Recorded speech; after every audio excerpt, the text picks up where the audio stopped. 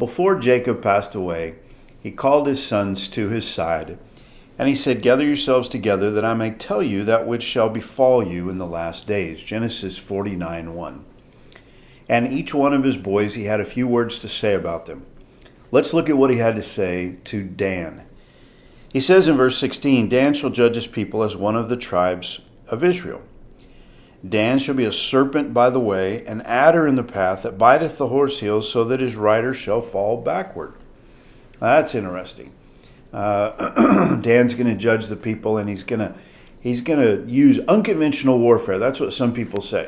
That like a horse is bitten by a snake, that's going to be some kind of unconventional, different tactics that Dan's going to use. But the connotation of the serpent is never good in Scripture. From the Garden of Eden all the way through to the book of Revelation, the serpent is this image of Satan.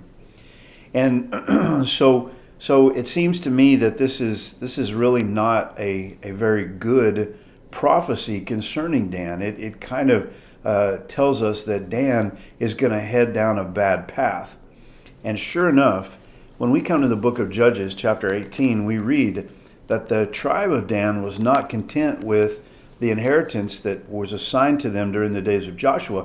And so they went up north and they conquered another area and took it. And it just so happens there was a fellow there who was an idolater, and they just took his idols, his graven image, and they set that up for themselves. And it says in Judges 18:30, the children of Dan set up the graven image, and Jonathan the son of Gershom, the son of Manasseh, he and his sons were priests to the tribe of Dan until the day of the captivity of the land. So the tribe of Dan were idolaters from the time of the conquest during Joshua, just right after that, all the way to the captivity of the land from the Assyrians in the 700s.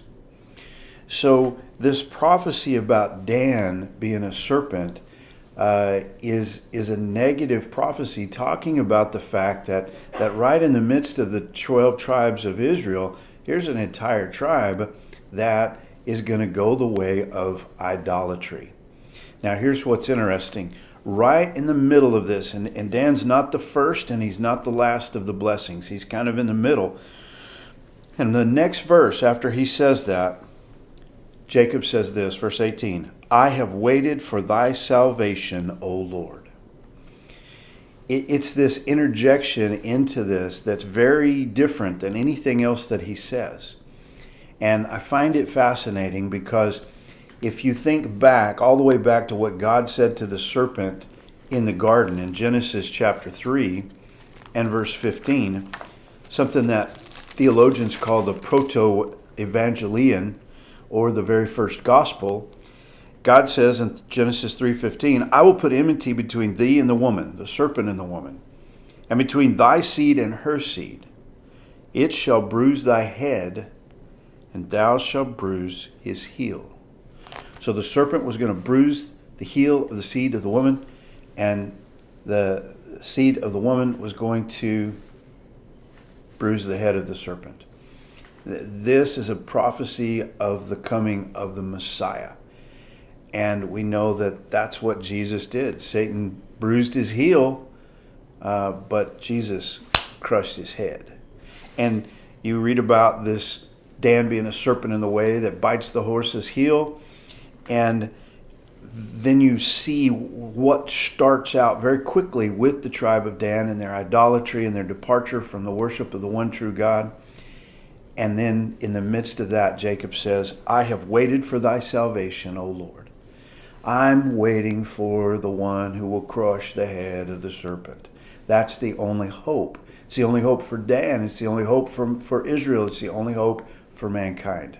And by the way, the Hebrew word for salvation is Yeshua.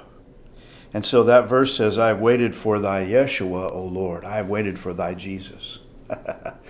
Jacob was looking for the Messiah. And you and I, we know that Jesus, he is the way, he's the truth, and he's the life. I hope that you know him today. God bless you. Have a great day.